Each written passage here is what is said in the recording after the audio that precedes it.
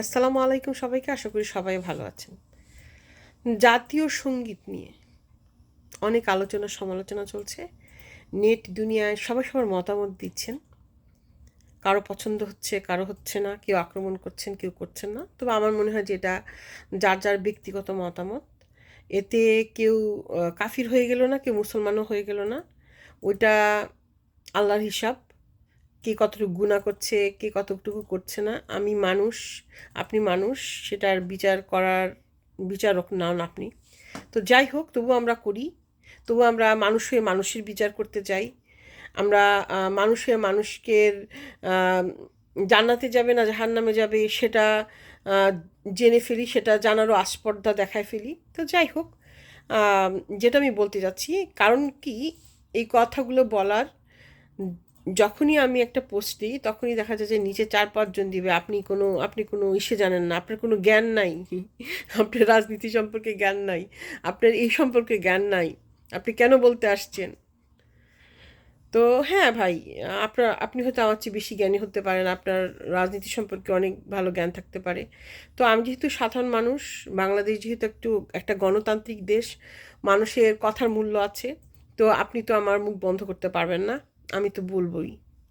তো সেক্ষেত্রে বলি যে এই গানটার সাথে আমাদের আবেগ জড়িত। ছোটবেলা থেকেই গেয়ে আসছি, শুনে আসছি। এখনও প্রবাসী মন যখন এই গানটা বাজে, মনটা দ্রবীভূত হয়ে যায়, মনটা আবেগ আপ্লুত হয়ে যায়। আহ, ভালো লাগে, কাজ করে, চোখ দিয়ে অনর্গল পানি চলে আসে, দেশের কথা মনে হয়। মানে এই আমার সোনার বাংলা, এই গানটা যেখানেই বাজে সেখানেই মনে হয় আমার দেশ কোথাও, আমার দেশের একটা ছবি ভিজুয়াল হতে থাকে চোখের সামনে। তো এই গানটা হচ্ছে আমাদের আবেগ। এখন বলবেন আপনি লজিক দিয়ে চিন্তা করছেন না। না ভাই, লজিক দিয়ে কিছুই হচ্ছে না, কিছুই হয় না। 71-এর মুক্তিযুদ্ধ বলেন, 2024-এর আন্দোলন বলেন, বিপ্লব বলেন, সবই আবেগ দিয়ে হয়েছে। সবই আবেগতাড়িত হয়েই আমরা করেছি। ছোট ছোট ছেলেরা জীবন দিয়েছে, লজিক চিন্তা করে দিয়েছে? দেয়নি কিন্তু। দেশকে ভালোবেসেছে, স্বৈরাচার সহ্য করতে পারেনি, আন্দোলন করেছে, শহীদ হয়েছে, গুলির সামনে এসে দাঁড়িয়েছে। সবই আবেগ, আবেগ দিয়েই চলছে। তো এই যে আন্দোলন, এটার পরিপ্রেক্ষিতেই বলছি যে দেশের অনেক কিছু এখনো সংস্কার করা বাকি। 15-16 বছর দেশে অনেক কিছু ঘটেছে, অনেক কিছু সংস্কার করা জরুরি। আমরা না মেইন ফোকাস থেকে না দূরে সরে যাচ্ছি। যেটা মেইন ফোকাস হওয়া উচিত, একটা দেশের সংস্কার করা উচিত। যেমন যুদ্ধ পরবর্তী সময় একটা দেশের সংস্কার করতে হয় না, এবারও কিন্তু সেরকমই একটা ব্যাপার। 2024, অনেকে বলছেন আমরা স্বাধীন হয়েছি, স্বাধীন স্বাধীন বলছেন। একটা সদ্য স্বাধীন দেশের কিন্তু অনেক সংস্কার দরকার এখন। একটা গানের পরিবর্তন বা একটা গানের না পরিবর্তন দেশের উপর কতটা ক্ষয়ক্ষতি হবে না না হবে, দেশের কি উন্নতি বা অবনতি হবে সেটা খুব একটা নির্ভর করে না বোধ হয়।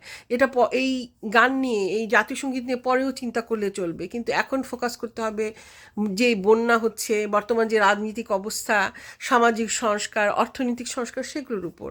আমরা করি কি, আমরা ফোকাসটা চেঞ্জ করে ফেলি। সোশ্যাল মিডিয়াতে দেখা যায় যে এই ধরনের প্যাচাল, এই ধরনের আজাইরা প্যাচালের কারণে না যে মেইন জিনিসগুলো না ঢাকা পড়ে যায়। মেইন কথাগুলো আর ফোকাস করে না, এর তাকে খোঁচাখুচি, কে কে স্বৈরাচারের বিরুদ্ধে, কে স্বৈরাচারের পক্ষে, এরকম পোকিং করতে করতে মানুষ ওগুলো সাথে হয়ে যায়, ওগুলো দেখতে দেখতে ওগুলোর সাথে ইনভলভ হয়ে যায়।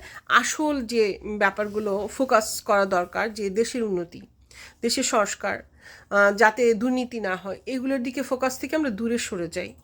আমরা মানে ভুল জায়গায় আমাদের টাইমগুলো, আমাদের এনার্জিগুলো নষ্ট করে ফেলি। তখন দেখা যাচ্ছে যে আমাদের যে আসল ব্যাপারগুলো অবহেলিত হয়। ঠিক আছে? তো ভেবে দেখবেন।